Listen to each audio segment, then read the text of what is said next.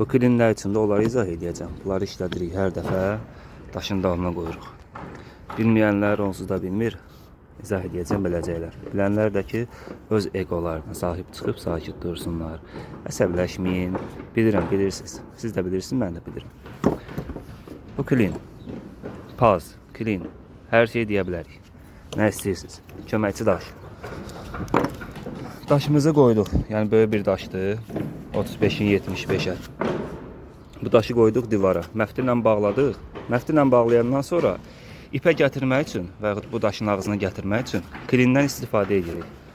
Həmin klini basırıq içəri, daş gəlir qabağa. Çıxardırıq, daş gedir arxaya. Ki bununla uyğunlaşsın.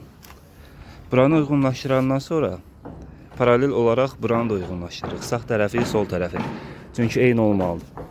Sağ tərəfinin də klinini saldıq, ipə gətirdik, aşağısını da düzəltdik daşla. Dörd bir tərəfi düz olandan sonra əlimizi daşdan çəkə bilərik. Vəssalam, bu qədər. Yəni ondan ötürüdür ki, daşımızı ipə, urvunə gətirək. Çox yararlı bir daşdır.